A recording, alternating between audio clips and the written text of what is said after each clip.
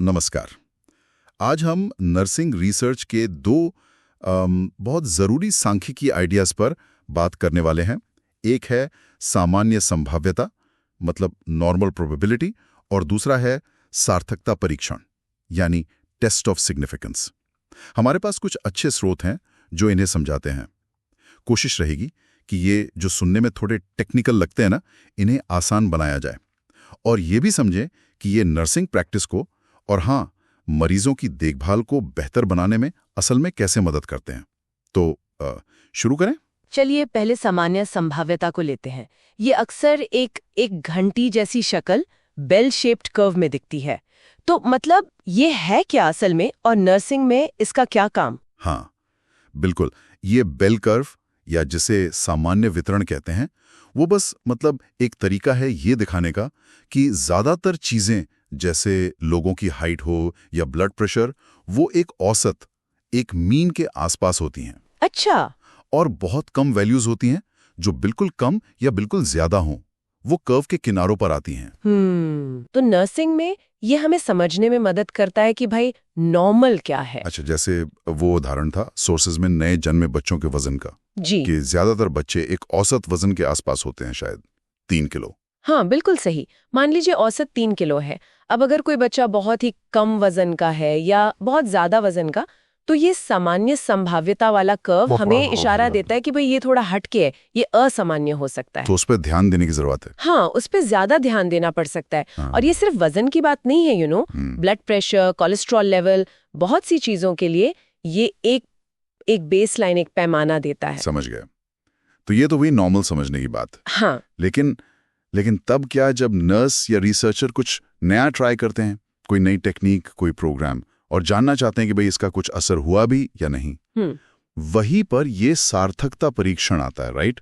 एकदम सही पकड़ा। सार्थकता परीक्षण या टेस्ट ऑफ सिग्निफिकेंस हमें यही पता लगाने में मदद करता है कि जो नतीजे हमें दिख रहे हैं हमारे अध्ययन से या हमारे किसी हस्तक्षेप से, वो असली हैं या बस इत्तेफाक है, चांस की बात है। मतलब हम पक्का करना चाहते हैं कि जो बदलाव आया वो हमारी वजह से आया, ना कि बस। बिल्कुल, ना कि बस किस्मत से हो गया।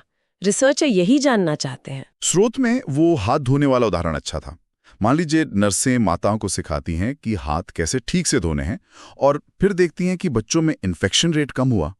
अब ये कैसे पक्का करें कि कमी ट्रेनिंग की वजह से ही है? हाँ, यहीं पर वो पी वैल्यू का कॉन्सेप्ट आता है, आपने सुना होगा। हाँ, सुना है। पी वैल्यू बस एक नंबर है।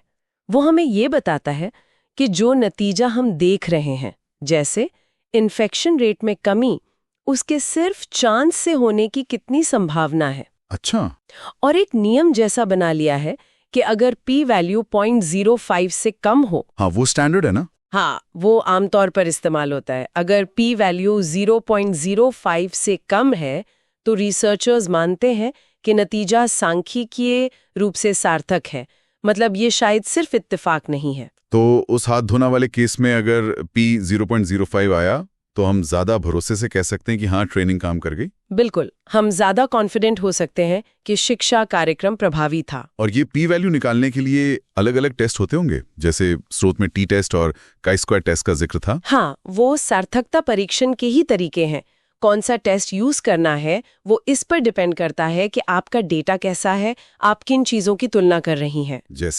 जैसे अगर दो ग्रुप्स के औसत, मतलब मीन, की तुलना करनी है, मान लीजिए एक ग्रुप को नई दवा दी, दूसरे को प्लेसिबो, तो अक्सर टी टेस्ट इस्तेमाल होता है। ठीक है। और अगर डेटा कैटेगरी वाला है, जैसे हाँ नहीं में जवाब या इन्फेक्शन हुआ या नहीं हुआ, तो फिर chi-square टेस्ट ज्यादा ठीक रहता है। ये बस अलग अलग टूल्स हैं सही निष्कर्ष तक पहुंचने के लिए। तो कुल मिलाकर अगर हम देखें तो ये सारे सांख्यिकी तरीके ये नर्सिंग के लिए इतने जरूरी क्यों हैं? इनका असल दुनिया में क्या फायदा है? देखिए, इनका महत्व बहुत ज्यादा है, बहुत ज्यादा है। ये सिर्फ किताबों की बातें नहीं हैं।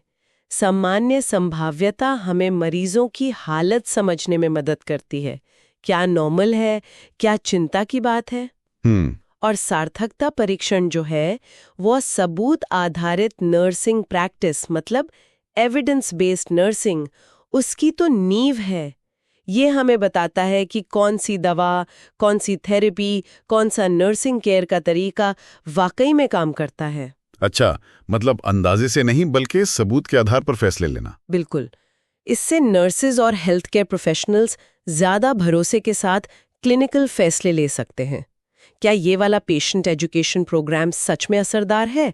क्या ये नई ड्रेसिंग टेक्निक घाव जल्दी भरती है? हाँ, ये सवाल तो रोज आते होंगे। बिल्कुल।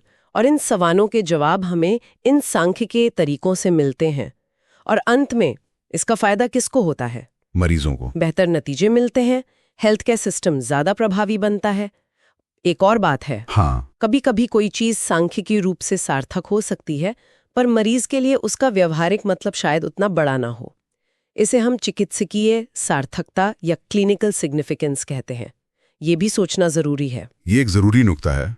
तो हमने आज देखा कि सामान्य संभाव्यता और सार्थकता परीक्षण ये सिर्फ मैथ के कॉन्सेप्ट नहीं है। ये तो वो औजार हैं, वो टूल्स हैं जो नर्सिंग रिसर्च को मजबूती देते हैं और सीधे सीधे मरीजों की देखभाल की क्वालिटी पर असर डालते हैं। हाँ, और यहाँ एक सोचने वाली बात रह जाती है। अगर हमें इन स्टैटिस्टिकल टूल्स की और इनकी लिमिटेशंस की अच्छी समझ ना हो, तो हम कैसे भरोसे के साथ कह सकते हैं कि कौन सी नर्सिंग प्रैक्टिस वाकई काम करती है और कौन सी बस चली आ रही है, या किसी के अनुभव पर आधारित है, या सिर्फ इत्तेफाक है? ये तो सोचने वाली बात है। बिल्कुल। ये हमें भविष्य में और ज्यादा ध्यान से विश्लेषण करने और सबूतों पर आधारित तरीकों को अपनाने की जरूरत की ओर इशारा करता है।